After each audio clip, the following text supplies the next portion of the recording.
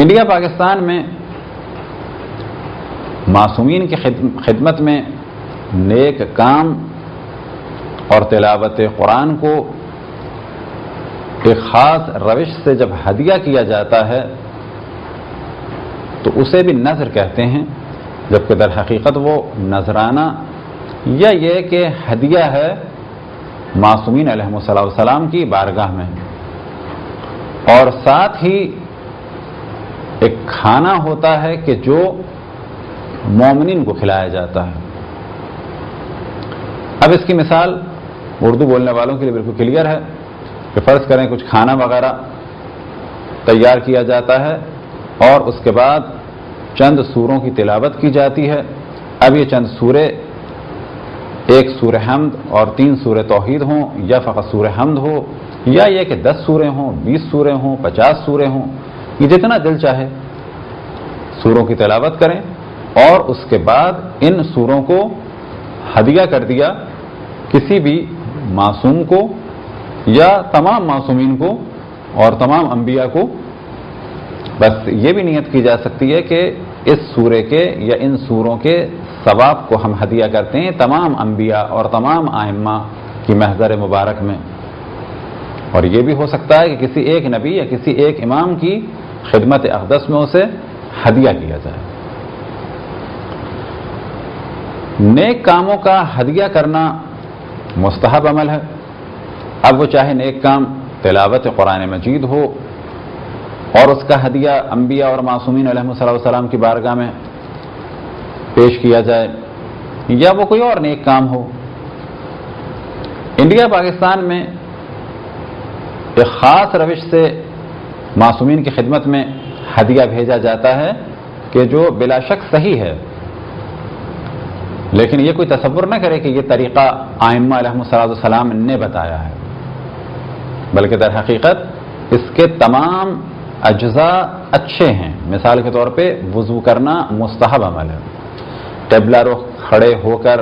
کسی نیک کام کو انجام دینا مستحب عمل ہے، قبلہ رخ کھڑے ہو کے تلاوت قرآن مجید کرنا مستحب عمل ہے، اور تلاوت قرآن مجید چاہے وہ جتنی بھی مقدار میں ہو اسے ہدیہ کرنا معصومین علیہ السلام کی بارگاہ میں یہ بھی مستحب عمل ہے۔ تو ہمارے یہاں جو عموماً نظر ہوتی ہے یا نیاز ہوتی ہے کہ جو در حقیقت معصومین علیہ السلام کی بارگاہ میں تلاوت قرآن کی صورت میں ہدیہ ہے، تو جس مقدار میں بھی تلاوت قرآن مجید کی جائے تو بعد میں اس کو ہدیہ کے طور پر پیش کرتے ہیں معصومین علیہ السلام کی بارگاہ میں، اور یہ عمل مستحب ہے۔ اب کھانا سامنے رکھا ہو یا نہ رکھا ہو، اس کھانے کو بھی معصوم کی جانب سے، جس طرح سے معصوم کی خدمت میں تلاوت قرآن پیش کی گئی، یا بالفاظ دیگر معصوم کی جانب سے یا کسی نبی یا امام کی جانب سے تلاوت قرآن کی گئی، کیونکہ یہ عمل بھی جائز ہے کہ ہم قرآن پڑھیں اور نیت کریں کہ یہ میں قرآن پڑھ رہا ہوں رسول اللہ صلی اللہ علیہ وسلم کی نیابت میں، رسول اللہ صلی اللہ علیہ وسلم کی جانب سے، یا یہ کہ تلاوت قرآن کر رہا ہوں اور اس کو ہدیہ کے طور پر پیش کروں گا رسول اللہ صلی اللہ علیہ وسلم کی خدمت اقدس میں۔ یہ تینوں طریقے صحیح ہیں۔ تو نظر میں یا بالفاظ دیگر وہ جو نیاز ہمارے یہاں مرسوم ہے کہ در حقیقت وہ ہدیہ ہے، تو اس میں چند عمل ہیں، اور ہم نے توجہ دلائی کہ ان کی ترتیب یا ان کی تعداد یا ان کی سوروں کی مقدار ائمہ نے نہیں بتائی ہے۔ وضو مستحب ہے، قبلہ رخ کھڑے ہو کے تلاوت قرآن مجید مستحب ہے، جتنے بھی زیادہ سورے ہوں اتنا بہتر ہے، اور ان سوروں کو معصومین کی یا انبیاء کی بارگاہ میں ہدیہ کرنا بہتر عمل ہے، اور ساتھ ہی ان کی جانب سے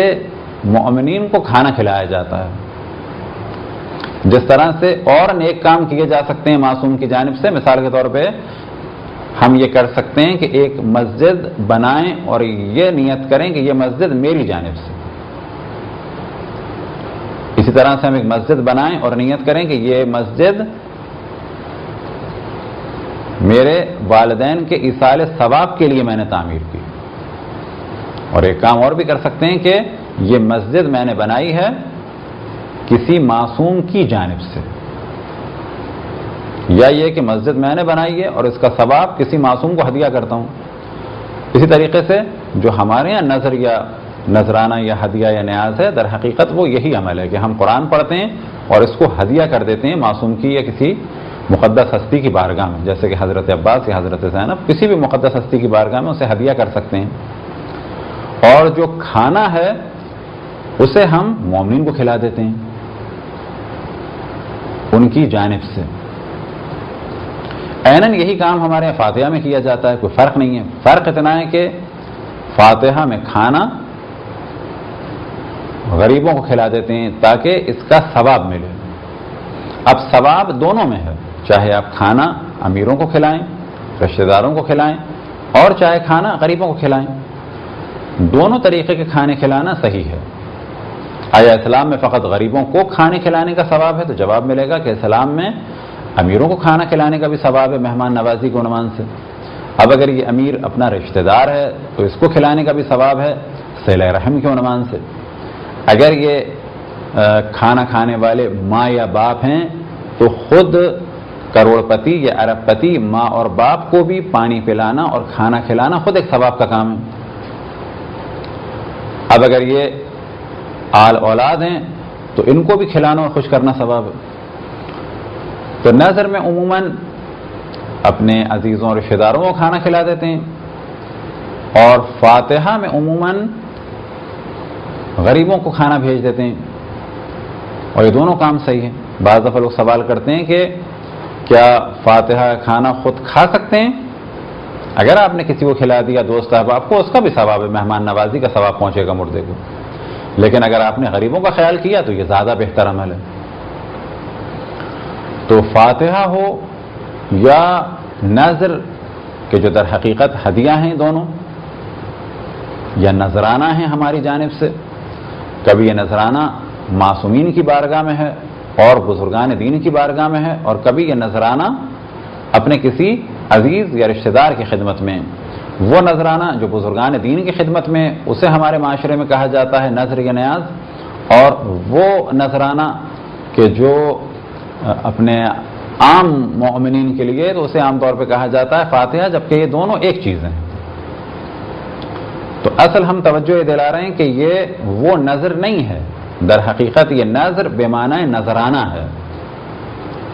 نذر مذہب اہل بیت میں بھی صرف اور صرف اللہ سبحانہ و تعالیٰ کے لیے کی جاتی ہے۔ تو وہ کون سی نذر؟ یعنی للہ علیہ، کہ اللہ کے لیے مجھ پر لازم ہے کہ میں یہ کروں گا۔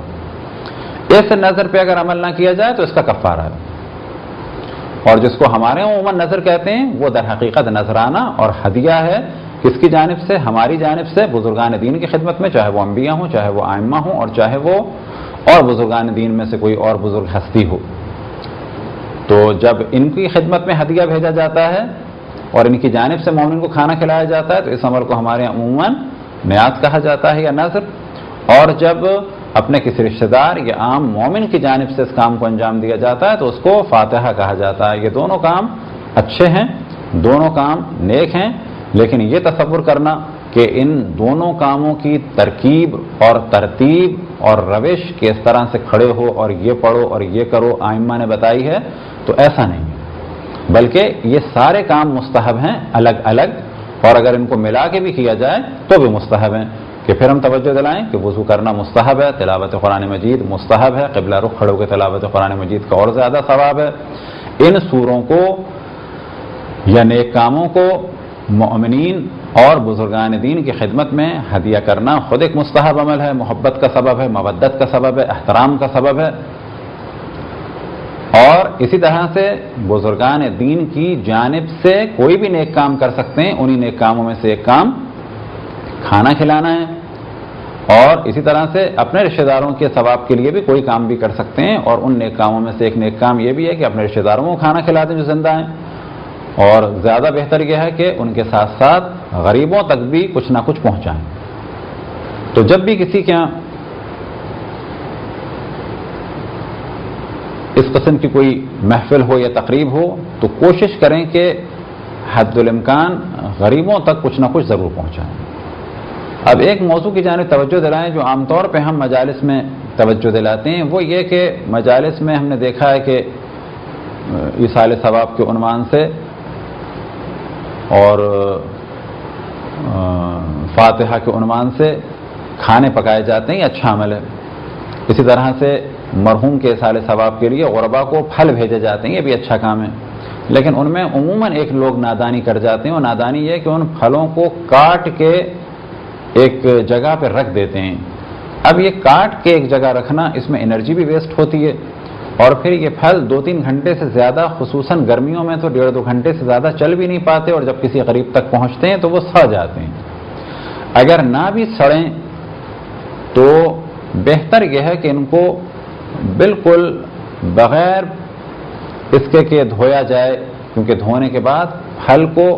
محفوظ نہیں رکھا جا سکتا، جلدی سڑ جاتے ہیں۔ بس اچھا کام یہ ہے کہ ان پھلوں کو کسی کاغذ وغیرہ میں خوش جگہ پہ رکھا جائے اور غریبوں تک پہنچایا جائے۔ فرض کریں کہ آپ نے 500 روپے کے پھل کاٹ کے ایک جگہ رکھ دیے، انرجی بھی آپ کی صرف ہوئی۔ اب جب یہ کسی غریب کے گھر میں پہنچیں گے تو وہ ان پھلوں کو شاید نہ کھا سکے، اور بعد میں سڑ جائیں گے، اور ممکن ہے پہنچنے سے پہلے سڑ جائیں گے۔ تو بہتر عمل یہ ہے کہ پھل جب بھی آپ بھیجیں غریب غربا تک تو ان کو پانی سے دور رکھیں، کیونکہ پانی لگنے کے بعد سڑ جاتے ہیں۔ اسی طرح سے اسے کاغذ میں لپیٹیں، اس کے بعد بے شک پولیتھین میں ڈالیں، کیونکہ اگر خالی پولیتھین میں ایک چیز 2-4 گھنٹے رہتی ہے تو وہ سڑ جاتی ہے۔ یہ جو ہم نے توجہ دلائی تو کوئی فقہی موضوع کے عنوان سے توجہ نہیں دلائی کہ یہ ایک عقلی سا موضوع ہے، اور کیونکہ اگر آپ یہ نہیں کریں گے تو یہ اسراف ہے، اور آپ نے 500 روپے تو خرچ کر دیے لیکن غریب تک کچھ نہیں پہنچ پایا۔ تو یہ تھی ایک مختصر سی گفتگو فاتحہ اور نذر کے بارے میں، کیونکہ ہمارے یہاں عموماً جب اس ہدیے کو نذر کہا جاتا ہے، اور جب پھر لوگ توضیح المسائل میں نذر کا چیپٹر دیکھتے ہیں تو کنفیوز ہو جاتے ہیں۔ اسی طرح سے کنفیوز ہو جاتے ہیں کہ جی ہم نے تو نذر دلائی تھی امام حسین کی، اور فقہ میں لکھا ہے کہ نذر فقط اللہ کی ہوتی ہے، تو نذر فقط اللہ کی ہوتی ہے کون سی؟ کہ اللہ کے لیے مجھ پر لازم ہے کہ میں یہ کام کروں گا۔ اس نذر کو جب کہا جاتا ہے تو یہ صرف اور صرف اللہ سبحانہ و تعالیٰ کے لیے۔ لیکن جب اللہ سے نذر کی جائے کہ اگر میرا یہ کام ہو گیا تو امام حسین کے لیے یہ پیسے دوں گا، تو اسے بھی کہا جاتا ہے کہ امام حسین کے لیے نذر کیے، لیکن نذر اللہ سے کیے۔ اب یہ پیسے کس کو دیے جائیں گے؟ امام حسین علیہ السلام کے حرم پہ لگائے جائیں گے، یا اگر کوئی نذر کرتا ہے کہ امام حسین علیہ السلام کی عزاداری کے لیے، یا یہ کہ امام حسین علیہ السلام کے نام سے ان کی ولادت کے دن یا ان کی ایام شہادت یعنی ایام عزا میں محرم سفر میں مومنین کو کھانا کھلاؤں گا، تو ان نذروں کو بھی کہا جائے گا کہ یہ امام حسین کے لیے ہیں، لیکن در حقیقت نذر اللہ کے لیے ہے۔ لیکن مانی ہم نے کس کے لیے اللہ سے؟ کہ امام حسین کے لیے اس کام کو انجام دیں گے۔ اور دوسری نظر وہی تھی جو آپ کی خدمت میں ہم نے اسے بیان کیا کہ نظر بمعنی نذرانہ اور ہدیہ، لہذا ہمارے یہاں جو گھروں میں نذر و نیاز ہے، یا مثال کے طور پہ جو نذر و نیاز کا سلسلہ ہے ائمہ علیہ السلام کی شہادت اور ولادت میں، تو وہ در حقیقت ہدیہ اور نذرانہ ہے کہ جس کو نذرانے کی بجائے نذر کہہ دیا جاتا ہے۔ اچھا، یہ نذر اس عنوان سے بھی ہے کہ جیسے ہم کہتے ہیں کہ یہ آپ کی نذر ہم نے کیا، یعنی آپ کی خدمت میں، تو وہ نذر کہ جو توضیح المسائل میں بیان ہوتی ہے اس کے الگ احکام ہیں، اور جس کو ہمارے یہاں نذرانہ یا ہدیہ یا یہ کہ کہا جائے کہ نذر، تو یہاں پہ نذر ہے کہ یعنی بخدمت امام حسین، یعنی امام حسین کی بارگاہ میں، امام حسین کی نذر میں، تو ان دونوں نذروں میں فرق ہے۔ یہ اور مثالیں بعض دفعہ اگر آپ مشاعروں میں دیکھیں تو بعض شعراء کہتے ہیں کہ یہ شعر آپ کی نذر کر رہا ہوں، تو یہاں پر نذر بمعنی نذرانہ ہے، یہاں پر نذر بمعنی تحفہ اور ہدیہ ہے۔ یہ وہ نذر نہیں ہے کہ جو مخصوص اللہ سبحانہ و تعالیٰ کے لیے ہوتی ہے اور جس کا کفارہ ہے اور جس کی مخالفت حرام ہے۔ تو جو ہمارے گھروں میں عام طور پر نذر ہوتی ہے وہ در حقیقت بمعنی ہدیہ اور نذر بمعنی تحفہ اور نذرانے کے ہے۔ برحمتك يا أرحم الراحمين وصلى الله على محمد وآله الطاهرين